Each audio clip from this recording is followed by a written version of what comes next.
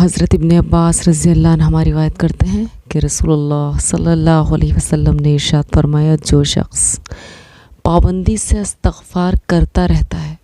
اللہ تعالیٰ اس کے لیے ہر تنگی سے نکلنے کا راستہ بنا دیتے ہیں،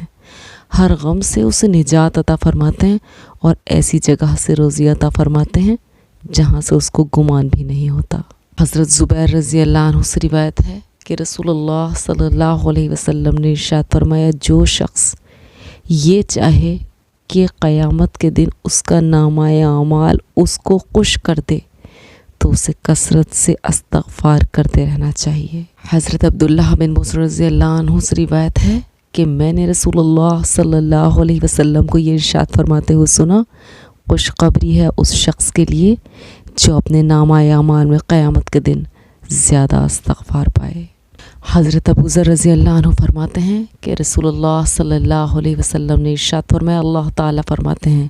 میرے بندو، تم میں سے ہر شخص گنہگار ہے سوائے اس کے جسے میں بچا لوں، لہٰذا مجھ سے مغفرت مانگو، میں تمہاری مغفرت کروں گا، اور جو شخص یہ جانتے ہوئے کہ میں معاف کرنے پر قادر ہوں مجھ سے معافی مانگتا ہے، میں اس کو معاف کر دیتا ہوں، اور تم سب گمراہ ہو سوائے اس کے جسے میں ہدایت دوں، لہٰذا مجھ سے ہدایت مانگو، میں تمہیں ہدایت دوں گا، اور تم سب فقیر ہو سوائے اس کے جسے میں غنی کر دوں، لہٰذا مجھ سے مانگو، میں تم کو روزی دوں گا۔ اگر تمہارے زندہ مردہ اگلے پچھلے نباتات اور جمادات بھی انسان بن کر جمع ہو جائیں، پھر یہ سارے اس شخص کی طرح ہو جائیں جو سب سے زیادہ اللہ تعالیٰ سے ڈرنے والا ہو، تو یہ بات میری بادشاہی میں مچھر کے پر کے برابر بھی زیادتی نہیں کر سکتی۔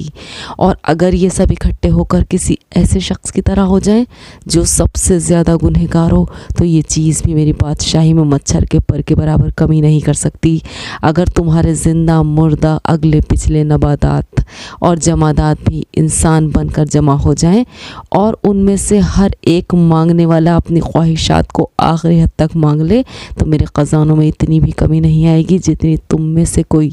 سمندر کے کنارے پر سے گزرے اور اس میں کوئی سوئی ڈبو کر نکال لے، یہ اس لیے کہ میں بہت سخی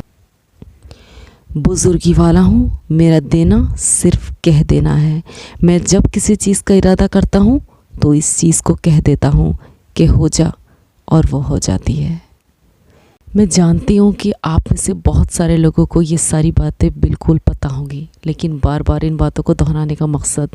بار بار ان باتوں کو پڑھنے کا مقصد یہ ہے کہ ان باتوں کو دوبارہ جان لینے سے ایمان کو تازگی اور دل کو یقین نصیب ہوتا ہے، اور زندگی کے نقشے بدلتے تبھی ہیں جب ایمان تازہ ہو اور دل میں توکل علی اللہ ہو،